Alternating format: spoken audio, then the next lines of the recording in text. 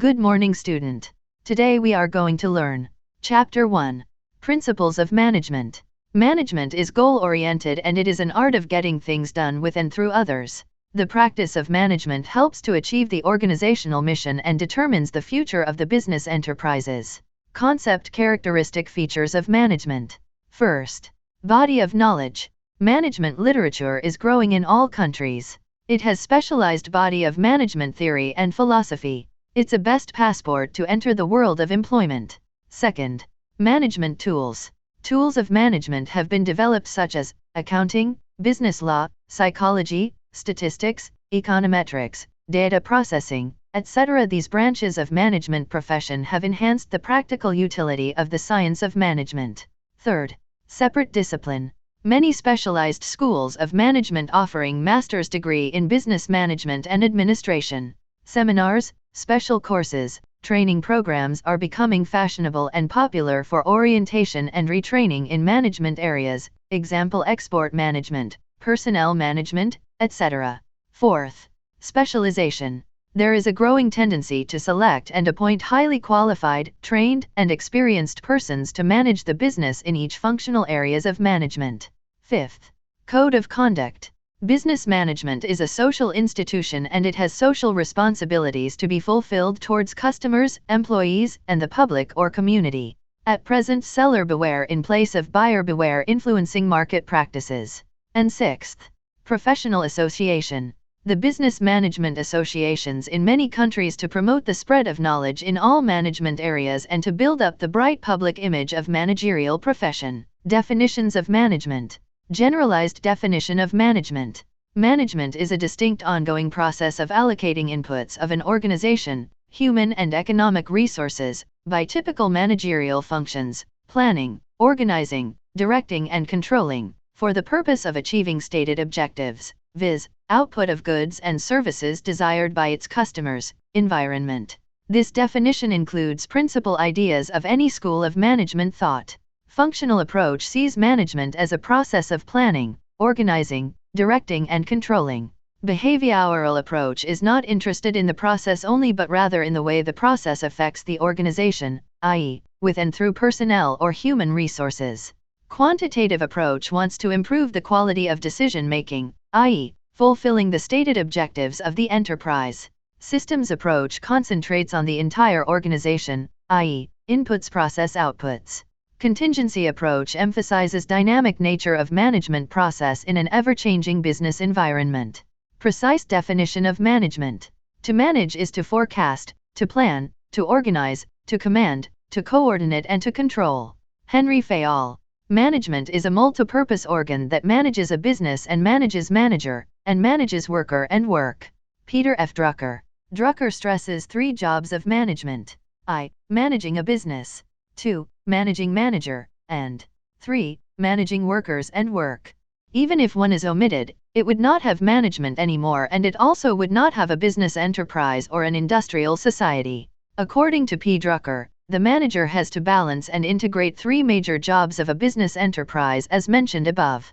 Hence, a manager is a dynamic and life-giving element in every business. Without efficient management it cannot be secure the best allocation and utilization of human, material, and financial resources. Management is an art or science. Science.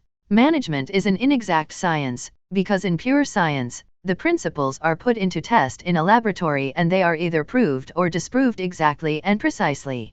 Similarly, the management principles can be put to test in an organization where men, machine, money, and materials, 4 M's, are practically integrated towards achieving some chosen organizational goals.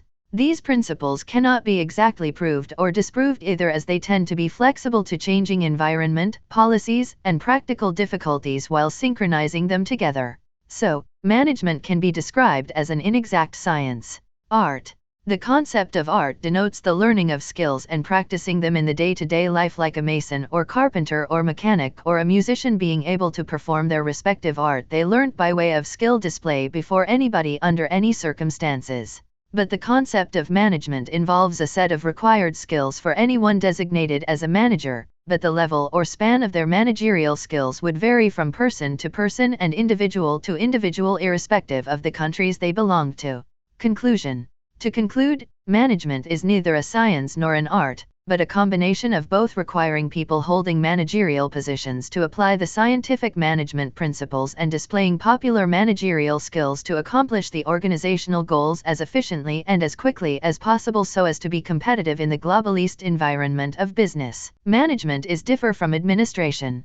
Administration is concerned with framing policies and setting objectives. Management is all about plans and actions. Administration denotes the art of decision-making at the top and evolving policies of the business. Management is more executive in nature. Board of directors with the CEO/MD may be called administration. Managers of various units may be called management of the said organization. Basis for comparison. Management. Administration. Meaning. An organized way of managing people and things of a business organization is called the management. The process of administering an organization by a group of people is known as the administration. Authority. Middle and lower level. Top level. Role. Executive. Decisive. Concerned with. Policy implementation. Policy formulation. Area of operation. It works under administration. It has full control over the activities of the organization. Applicable to profit-making organizations, i.e. business organizations, government offices, military, clubs, business enterprises, hospitals, religious and educational organizations. Decides who will do the work, and how will it be done, what should be done, and when it should be done. Work.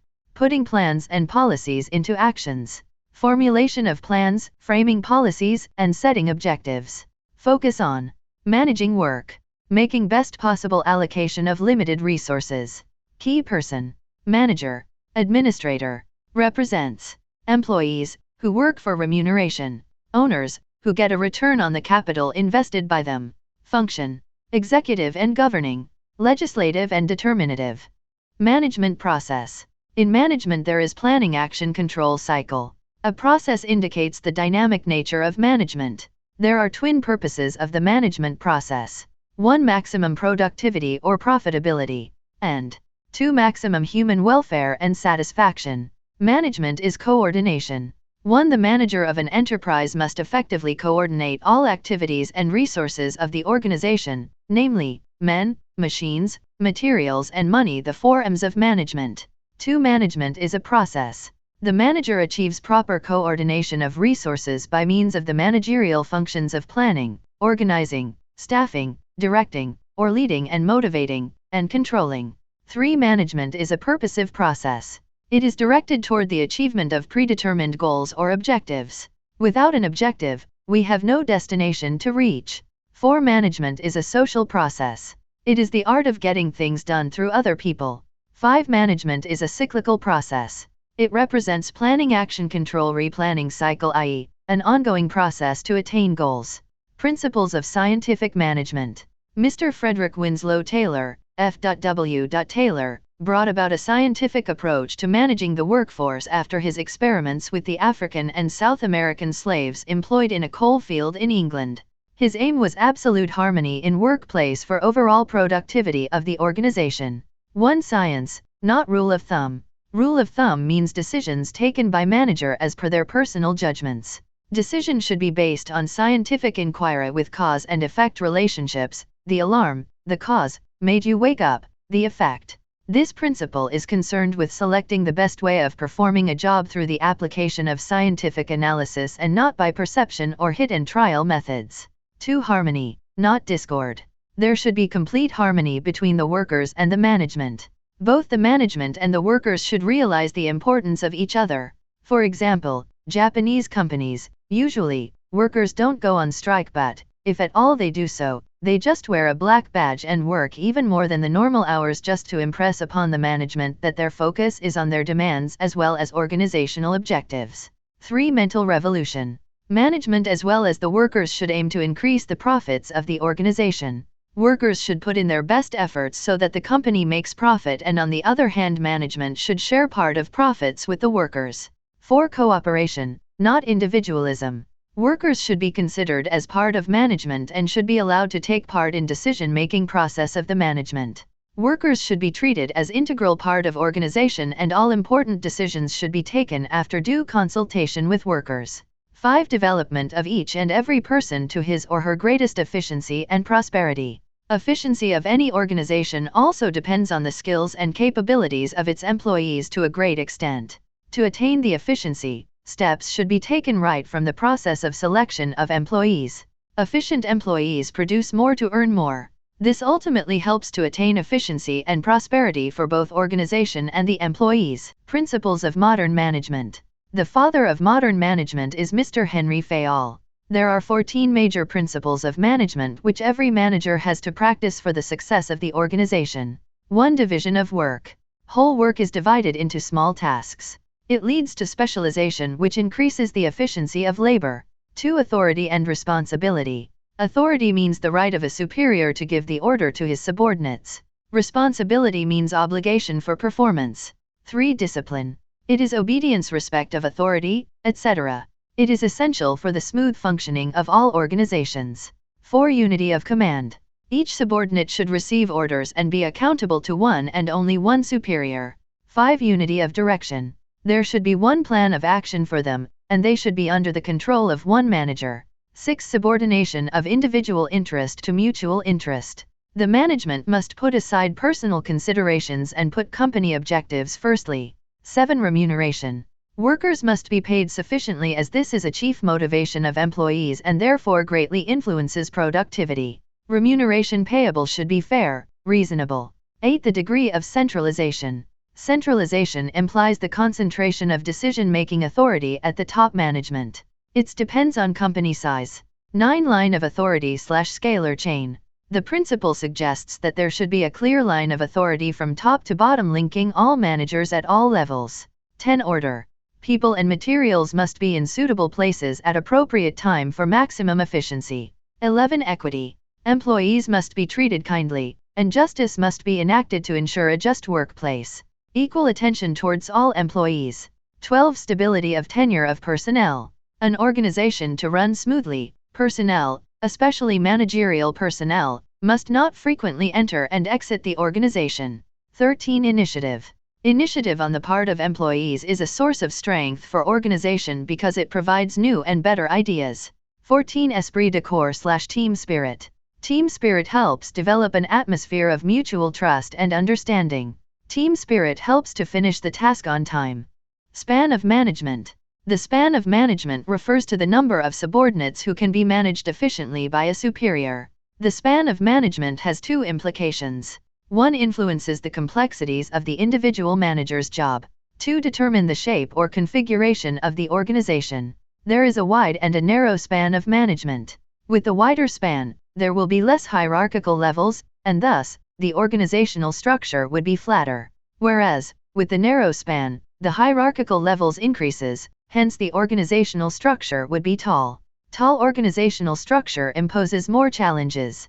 Since the span is narrow, which means less number of subordinates under one superior, requires more managers to be employed in the organization. With more levels in the hierarchy, the communication suffers drastically. Lack of coordination and control because the operating staff is far away from the top management.